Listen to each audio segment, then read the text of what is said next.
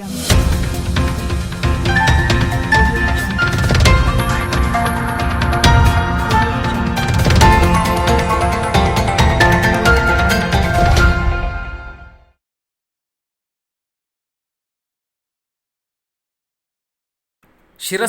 ಜಾಗದ ತಕರಾರು, ಮನೆಗೆ ಬಂದ ಯೋಧನ ಮೇಲೆ ಮಾರಣಾಂತಿಕ ಹಲ್ಲೆ. ಶಿರಸಿ ತಾಲೂಕಿನ ಕಾನುಗೋಡು ಗ್ರಾಮದಲ್ಲಿ ಜಾಗದ ವಿಷಯಕ್ಕೆ ಸಂಬಂಧಿಸಿದಂತೆ ನಡೆದ ಗಲಾಟೆಯಲ್ಲಿ ಕರ್ತವ್ಯದಲ್ಲಿರುವ ಯೋಧನ ಮೇಲೆ ಹಾಗೂ ಆತನ ತಂದೆ ತಾಯಿಯರ ಮೇಲೆ ಮಾರಣಾಂತಿಕ ಹಲ್ಲೆ ನಡೆಸಲಾಗಿದೆ. ಶುಕ್ರವಾರ ರಾತ್ರಿ ನಡೆದ ಘಟನೆಯಲ್ಲಿ ಮನೆಯಲ್ಲಿದ್ದ ಮೂವರ ಮೇಲೆ ಸುಮಾರು 40ರಿಂದ 50ರಷ್ಟಿದ್ದ ಜನರ ಗುಂಪು ದಾಳಿ ಮಾಡಿ ಗಾಯಗೊಳಿಸಿದೆ. ಗೃಹ ಪ್ರವೇಶದ ತಯಾರಿಯಲ್ಲಿದ್ದ ಕುಟುಂಬದ ಮೇಲೆ ಗೋಪಾಲ ನಾಯ್ಕ್ ಮತ್ತು ತಿಮ್ಮಪ್ಪ ನಾಯ್ಕ್ ಮೊದಲಾದವರು ತಮ್ಮ ಬೆಂಬಲಿಗರೊಂದಿಗೆ ಮನೆಯೊಳಗೆ ನುಗ್ಗಿ ಯೋಧ ರಂಗನಾಥ ಆಚಾರಿ, ಆತನ ತಂದೆ ಕೃಷ್ಣ ಆಚಾರಿ, ತಾಯಿ ರಾಧಾ ಆಚಾರ್ಯವರ ಮೇಲೆ ಕಲ್ಲು, ಇಟ್ಟಂಗಿ, ದೊಣ್ಣೆಯಿಂದ ಹಲ್ಲೆ ಮಾಡಿದ್ದಾರೆ. ಗಾಯಾಳುಗಳು ನಗರದ ಖಾಸಗಿ ಆಸ್ಪತ್ರೆಯಲ್ಲಿ ಚಿಕಿತ್ಸೆ ಪಡೆಯುತ್ತಿದ್ದಾರೆ.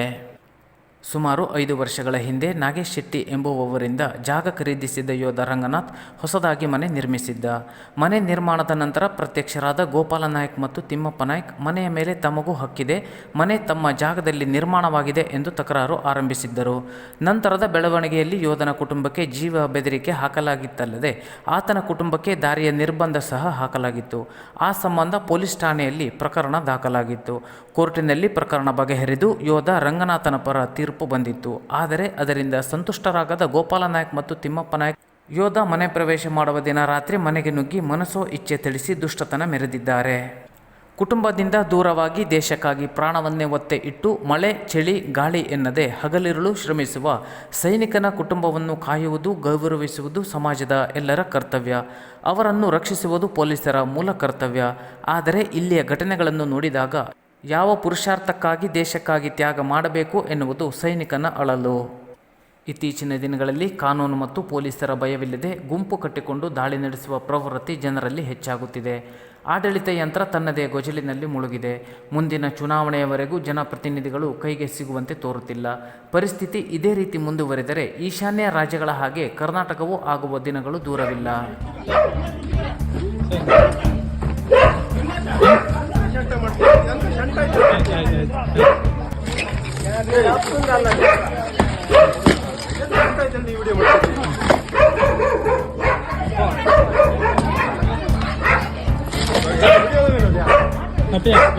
ಅಪ್ಪೆ ನೀವು ಒಳಗೆ ಹೋಗಿ.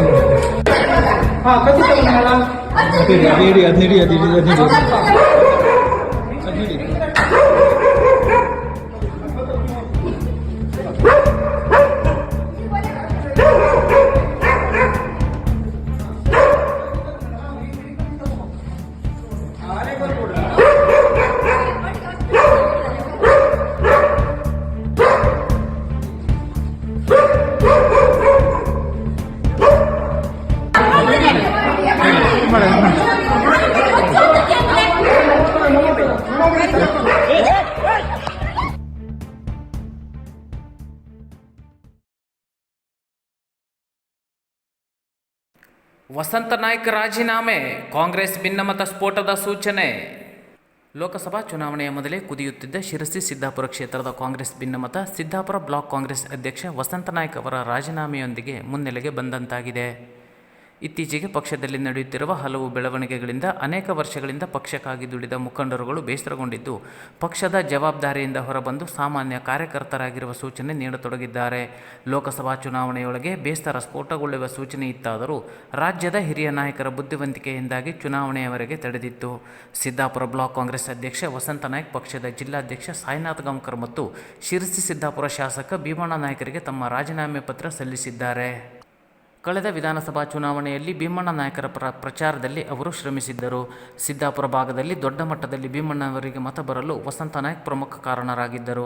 ಆದರೆ ಕಳೆದ 3-4 ತಿಂಗಳಿಂದ ಅವರಿಬ್ಬರ ನಡುವೆ ಎಲ್ಲವೂ ಸರಿ ಇಲ್ಲ ಎಂಬ ಗುಸುಗುಸು ಕಾಂಗ್ರೆಸ್ ವಲಯದಲ್ಲಿ ಕೇಳಿಬಂದಿತ್ತು. ಅದೀಗ ಮುಂದುವರೆದು ವಸಂತ ನಾಯ್ಕ್ ತಮ್ಮ ಹುದ್ದೆಗೆ ರಾಜೀನಾಮೆ ನೀಡುವವರೆಗೂ ಬಂದಂತಾಗಿದೆ. ಒಟ್ಟಿನಲ್ಲಿ ವಸಂತ ನಾಯ್ಕರ ರಾಜೀನಾಮೆ ಶಿರಸಿ ಸಿದ್ದಾಪುರ ಕ್ಷೇತ್ರದ ಕಾಂಗ್ರೆಸ್ನಲ್ಲಿ ಎಲ್ಲವೂ ಸರಿಯಿಲ್ಲ ಎನ್ನುವುದಕ್ಕೆ ಸಾಕ್ಷಿಯಾಗಿದೆ. ಅರಣ್ಯ ಅತಿಕ್ರಮಣ ಹೋರಾಟಗಾರರ ಅಧ್ಯಕ್ಷ, ನ್ಯಾಯವಾದಿ ಹಾಗೂ ಕಾಂಗ್ರೆಸ್ ಮುಖಂಡರಾದ ರವೀಂದ್ರ ನಾಯ್ಕ್ ಲೋಕಸಭಾ ಚುನಾವಣೆಗೆ ಉತ್ತರ ಕನ್ನಡ ಕ್ಷೇತ್ರದ ಆಕಾಂಕ್ಷಿಯಾಗಿದ್ದರು. ಆದರೆ ದೇಶಪಾಂಡೆ ಮತ್ತು ಭೀಮಣ್ಣನವರು ಅಂಜಲಿ ನಿಂಬಾಳ್ಕರ್ ಅವರನ್ನು ಬೆಂಬಲಿಸಿ ಟಿಕೆಟ್ ದೊರಕಿಸುವಲ್ಲಿ ಯಶಸ್ವಿಯಾದರು. ಅಲ್ಲದೆ ರವೀಂದ್ರ ನಾಯ್ಕರಿಗೆ ಪಕ್ಷದಲ್ಲಿ ಸೂಕ್ತ ಸ್ಥಾನಮಾನ ನೀಡದಿರುವುದಕ್ಕೆ ಅವರ ಅಭಿಮಾನಿಗಳಲ್ಲಿ ಬೇಸರವಿದೆ. ಇದೀಗ ಚುನಾವಣೆ ಮುಗಿದಿದ್ದು ಹಿಂದಿನ ಎಲ್ಲ ವಿಷಯಗಳು ಮತ್ತೆ ಮುನ್ನೆಲೆಗೆ ಬಂದಿವೆ. ಭೀಮಣ್ಣ ನಾಯ್ಕ್ ಮತ್ತು ವಸಂತ ನಾಯ್ಕರ ನಡುವೆ ಇದ್ದಷ್ಟೇ ಸಂಘರ್ಷ ಭೀಮಣ್ಣ ನಾಯ್ಕ್ ಮತ್ತು ರವೀಂದ್ರ ನಾಯ್ಕರ ನಡುವೆಯೂ ಇರುವುದು ಎಲ್ಲರಿಗೂ ತಿಳಿದ ವಿಷಯ. ಅಂಜಲಿ ನಿಂಬಾಳ್ಕರ್ ಗೆಲ್ಲಲಿ ಅಥವಾ ಸೋಲಲಿ, ಹಿಂದಿನಿಂದಲೂ ಆರಂಭವಾದ ವೈಮನಸ್ಸು ಫಲಿತಾಂಶದ ನಂತರ ಸ್ಫೋಟವಾಗುವುದಂತೂ ಖಚಿತ ಎಂಬ ಚರ್ಚೆ ಕಾಂಗ್ರೆಸ್ ವಲಯದಲ್ಲಿ ಕೇಳಿಬಂದಿದೆ. ಶಿರಸಿ ಜನರ ಬಾಯಾರಿಕೆ ನೀಗಿಸುತ್ತಿರುವ ಜೀವಜಲ ಕಾರ್ಯಪಡೆ. ತೀವ್ರ ಬೇಸಿಗೆ ಪರಿಣಾಮ ಎಲ್ಲ ಕಡೆ ನೀರಿನ ಕೊರತೆ ಎದುರಾಗಿದೆ. ಮಲೆನಾಡಿನ ಬಾಗಿಲಾದ ಶಿರಸಿಯಲ್ಲೂ ಸಹ ಕುಡಿಯುವ ನೀರಿಗೂ ಕೊರತೆಯಾಗಿದೆ. ಇದನ್ನು ಮನಗೊಂಡ ಶಿರಸಿ ಜೀವಜಲ ಕಾರ್ಯಪಡೆ ಸ್ವತಃ ನಗರ ಭಾಗದ ವಿವಿಧೆಡೆ ಸ್ವಂತ ಖರ್ಚಿನಲ್ಲಿ ಟ್ಯಾಂಕರ್ ಮೂಲಕ ನೀರಿನ ಸರಬರಾಜು ಮಾಡುತ್ತಿದೆ. ಆ ಮೂಲಕ ಸಾರ್ವಜನಿಕರಿಗೆ ಉಂಟಾಗುತ್ತಿರುವ ಕುಡಿಯುವ ನೀರಿನ ಸಮಸ್ಯೆ ನಿವಾರಿಸಲು ಮುಂದಾಗಿದೆ. ಕಾರ್ಯಪಡೆಯ ಅಧ್ಯಕ್ಷ ಶ್ರೀನಿವಾಸ್ ಹೆಬ್ಬಾರ್ ಅವರ ನಿಸ್ವಾರ್ಥ ಸಾಮಾಜಿಕ ಕಳಕಳಿಗೆ ಜನರು ಮೆಚ್ಚುಗೆ ವ್ಯಕ್ತಪಡಿಸುತ್ತಿದ್ದಾರೆ. ಜಲ ಅಥವಾ ನೀರು ಎಂಬ ವಿಷಯ ಬಂದಾಗ ಅಲ್ಲಿ ಶಿರಸಿ ಜೀವಜಲ ಕಾರ್ಯಪಡೆ ಇರಲಿದೆ ಎಂಬುದಕ್ಕೆ ಈ ವಿದ್ಯಮಾನಗಳು ಸಾಕ್ಷಿಯಾಗಿವೆ. ಅಂತಹ ಕಾರ್ಯಪಡೆ ಕಳೆದ 9 ವರ್ಷಗಳಿಂದ ಕೆರೆ ಅಭಿವೃದ್ಧಿ ಜೊತೆಗೆ ಮನೆ ಮನೆಗೆ ಉಚಿತವಾಗಿ ನೀರು ನೀಡುವ ಕೆಲಸವನ್ನು ಮಾಡುತ್ತಿದೆ. ಕಾರ್ಯಪಡೆ ಈವರೆಗೆ 22 ಕೆರೆ ಅಭಿವೃದ್ಧಿ ಮಾಡಿ ಗಮನ ಸೆಳೆದರೆ ಈಗ ಮತ್ತೆ ನಗರದಲ್ಲಿ 3 ಟ್ಯಾಂಕರ್ ಮೂಲಕ ಸದಾ ನೀರುಣಿಸುತ್ತಿದೆ.